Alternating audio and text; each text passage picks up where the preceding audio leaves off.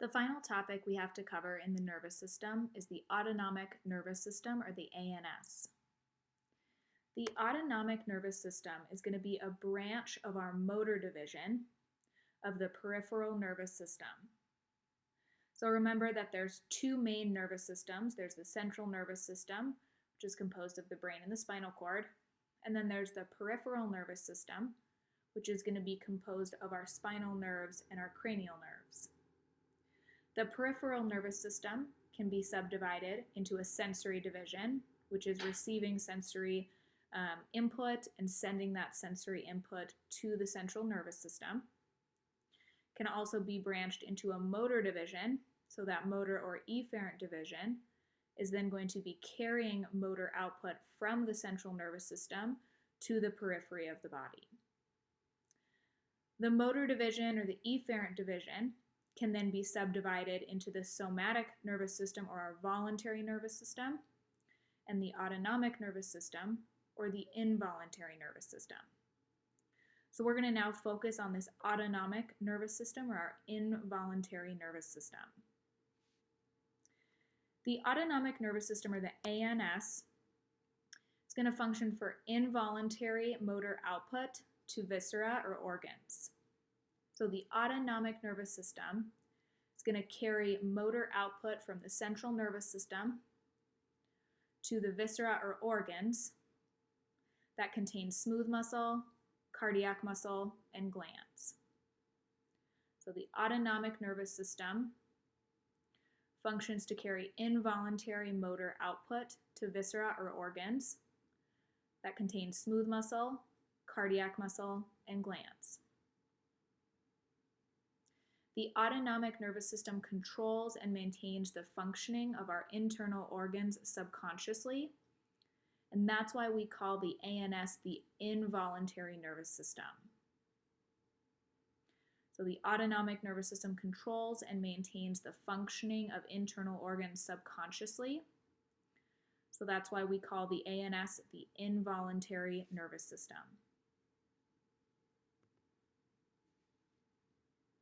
So first we're going to discuss differences between our autonomic nervous system and our somatic nervous system. So we're going to compare and contrast the two motor divisions of the peripheral nervous system. Then we're going to focus in on the ANS, and we're going to compare and contrast the two branches of the ANS, the sympathetic division and the parasympathetic division.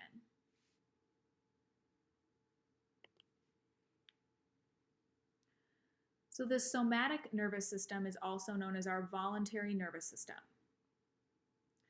The somatic nervous system is going to control the voluntary movements of our skeletal muscle. So the somatic nervous system is going to control our voluntary movements of skeletal muscle. The autonomic nervous system is also known as our involuntary nervous system.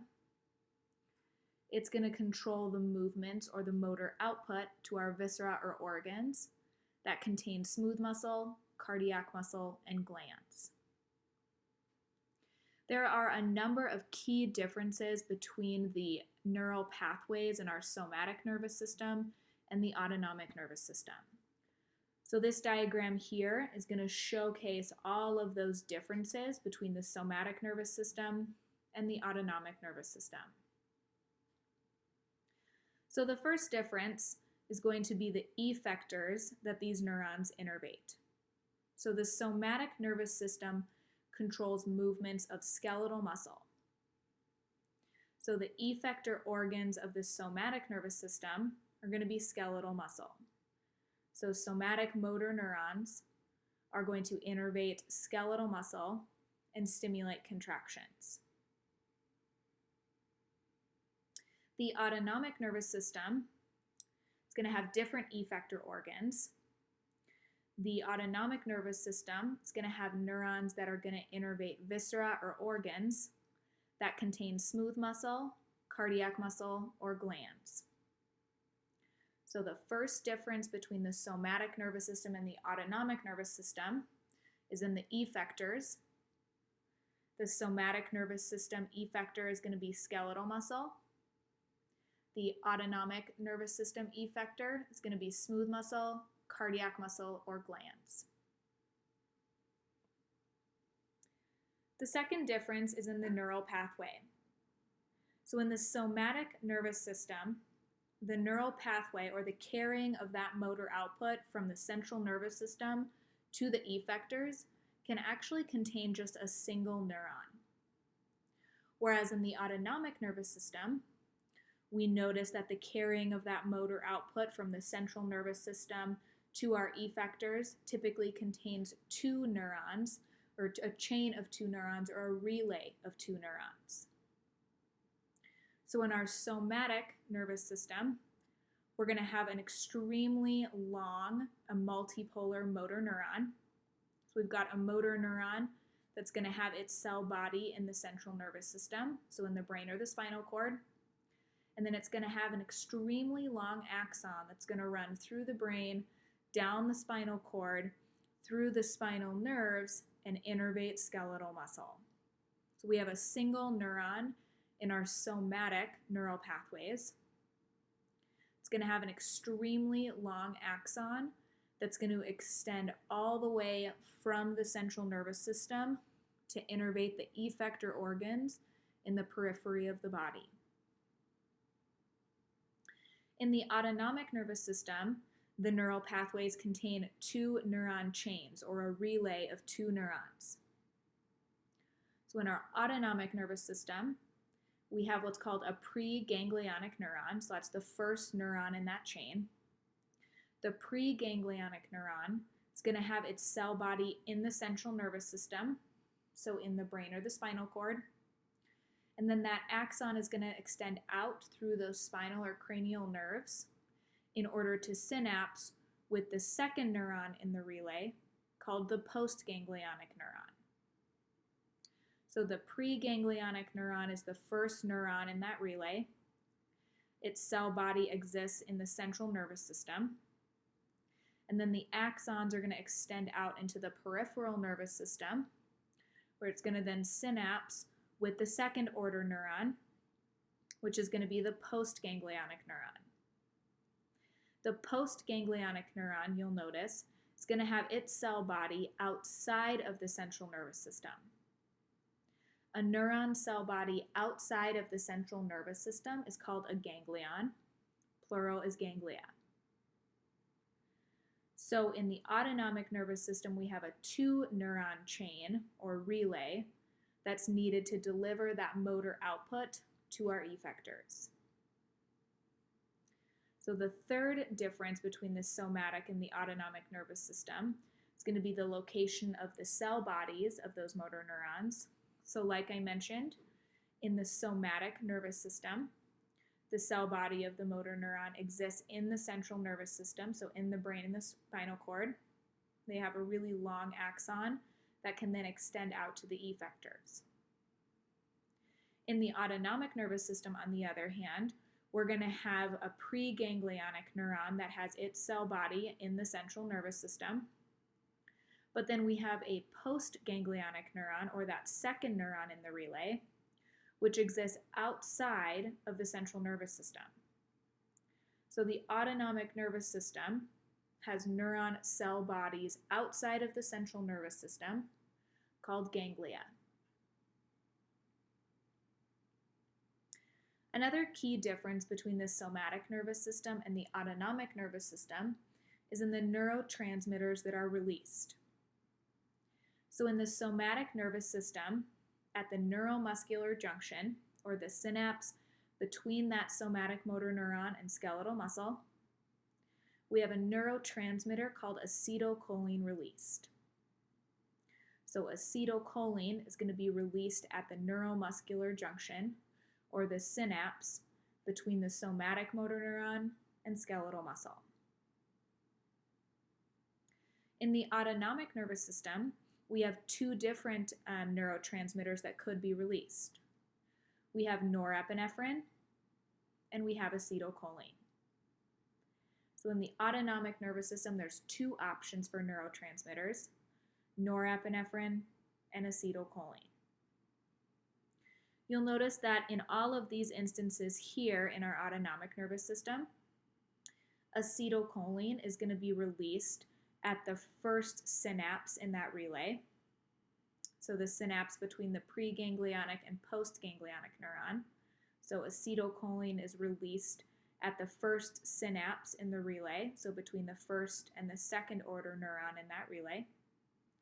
But then the neurotransmitter released at the effector organs could be either norepinephrine or acetylcholine. These neurotransmitters can also have different effects in the autonomic nervous system. So a key difference between between the somatic nervous system and the autonomic nervous system is that in the somatic nervous system, acetylcholine is always an excitatory neurotransmitter. So in the somatic nervous system, the neurotransmitter is always excitatory. In the autonomic nervous system, norepinephrine could be excitatory or inhibitory, and acetylcholine could be excitatory or inhibitory. So in the autonomic nervous system, our neurotransmitters could be stimulatory or inhibitory. It just depends on the neurotransmitter, and it also depends on the tissues at which that neurotransmitter is acting. So for example, if norepinephrine is released at the bronchioles, so our airways, it might stimulate or might be inhibitory, versus norepinephrine released at the blood vessels might be stimulatory. So norepinephrine might be stimulatory or inhibitory. It just depends at the tissue at which that neurotransmitter is released. So acetylcholine and norepinephrine could be stimulatory or inhibitory neurotransmitters.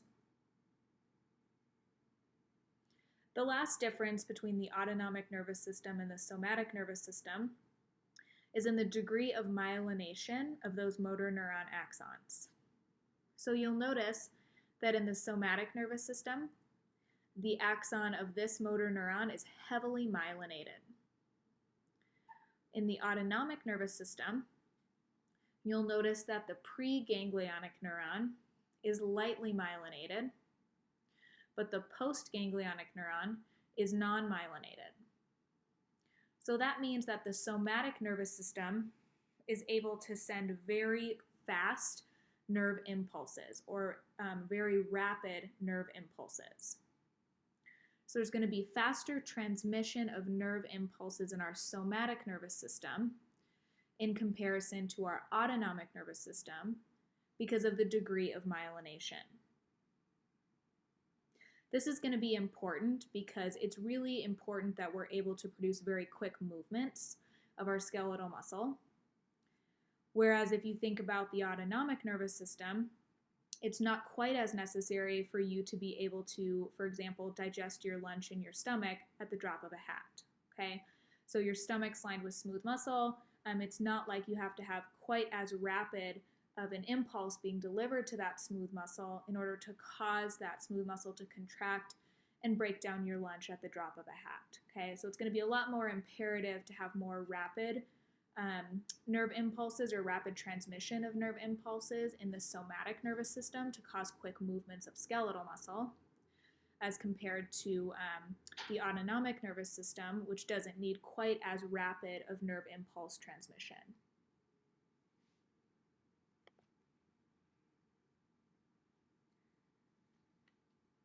One final difference between the autonomic nervous system and the somatic nervous system is that the autonomic nervous system can actually be further subdivided.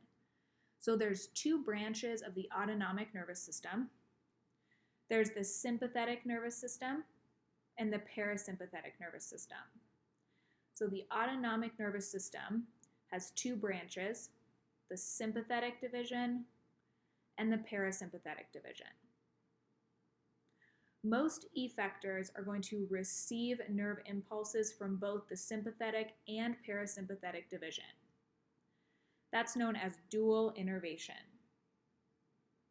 So dual innervation just means that both the sympathetic and the parasympathetic division are going to innervate our effectors.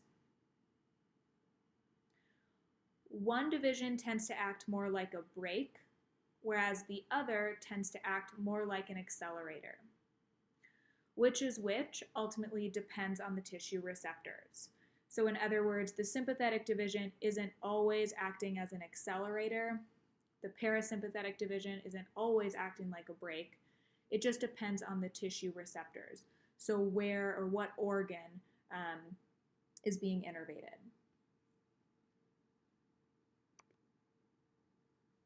So our sympathetic nervous system functions to mobilize energy. So the sympathetic nervous system functions to mobilize energy. It's activated in our flight or fight response. So when you think the sympathetic nervous system, think flight or fight, so trying to mobilize energy. The example scenario we're going to use throughout the year is going to be that the sympathetic nervous system is going to be activated when you're running away from a bear. So when you're running away from a bear, you're in flight or fight. You're trying to mobilize energy in order to get yourself away from that bear. So the sympathetic nervous system is going to increase your heart rate. So it's going to get that blood pumping and moving through your body. The sympathetic nervous system is going to dilate your pupils. It's going to let more light into your eye and help you see better. So it's going to help you see extremely well so that you can escape from this bear. The sympathetic nervous system is going to dilate your bronchioles. That's going to increase the amount of oxygen that's being delivered to your lungs. The sympathetic nervous system is going to stimulate your liver to release glucose. So remember, the sympathetic nervous system is mobilizing energy. So energy is produced from the food fuel glucose. So we're stimulating the liver to release glucose so we can convert it into energy in order to fuel cellular processes to get us away from this bear. Lastly, the sympathetic nervous system is going to decrease the GI, gastrointestinal motility and secretion. As you're running away from a bear, you do not need to be digesting your lunch, okay? So we could use that energy elsewhere. So we're going to decrease GI motility and secretion. So the sympathetic nervous system is our flight or fight response. So it's activated in response to flight or fight. So we're trying to mobilize energy. We're going to increase our heart rate, dilate our pupils, dilate our bronchioles, stimulate the liver to release glucose, and decrease GI motility and secretion. The parasympathetic division is trying to conserve energy during times of rest. So the parasympathetic division is active during restorative or resting times. So we're trying to conserve energy. So the example we're going to use for the parasympathetic division is going to be sitting on the couch watching The Bachelor or The Bachelorette. So when I'm sitting on the couch watching The Bachelor or The Bachelorette, this is a time of rest. Okay, I'm sitting on the couch, I'm not particularly exerting myself, right? So I'm going to be wanting to conserve energy. So the parasympathetic division is going to decrease my heart rate. Again, I'm not exerting a ton of energy in this moment as I sit on the couch, so it's not necessary to get that blood pumping and moving through my body. I'm going to constrict my pupils because it's not quite as necessary for me to see as well in this scenario. It's just a time of rest. It's going to constrict my bronchioles. Again, I'm sitting on the couch. I'm not particularly exerting myself, so I don't need a ton of oxygen entering my lungs. And then lastly, the parasympathetic division is going to increase GI motility and secretion. I'm not doing anything else at this point except watching the TV, so there's no reason why I couldn't be digesting the contents in my GI tract.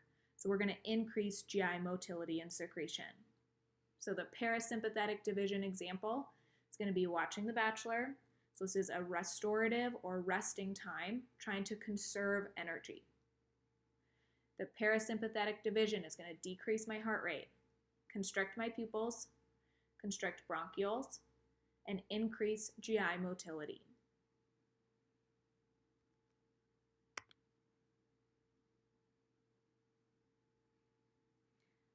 In addition to the effects of the parasympathetic and the parasympathetic division at the effectors, there are also some anatomical differences between the parasympathetic and the sympathetic divisions. So remember that in the autonomic nervous system, we have a 2-neuron relay. The first neuron in the relay is called the preganglionic neuron. The second neuron in the relay is called the postganglionic neuron. In our sympathetic division, the preganglionic neuron is going to originate in the spinal cord, in the thoracic and the lumbar regions. So in our sympathetic division, the preganglionic neuron is going to exist in the thoracic and lumbar regions of the spinal cord. In the parasympathetic division, the preganglionic neurons are going to originate in more of the cranial and the sacral regions of the spinal cord. So in our parasympathetic nervous system, we're going to have our preganglionic neurons originating in the cranial and sacral regions of the spinal cord. Those preganglionic neurons in the sympathetic nervous system are actually very short. And then the postganglionic neurons in the sympathetic nervous system are going to be extremely long. So in the sympathetic division, the preganglionic neurons are short, the postganglionic neurons are long.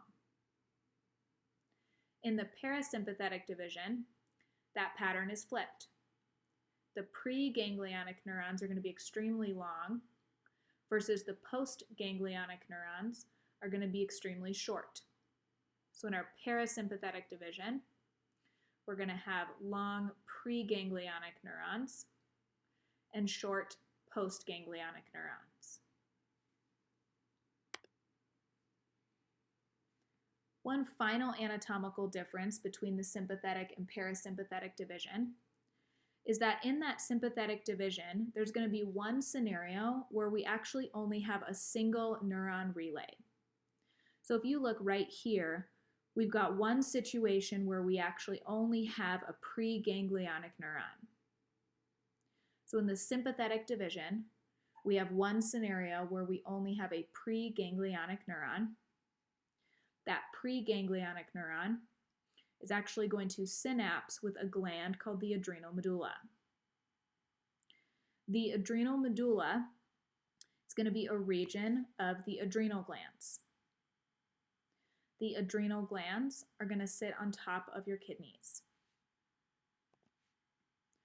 So the adrenal medulla is a part of your adrenal glands, or a region of the adrenal glands.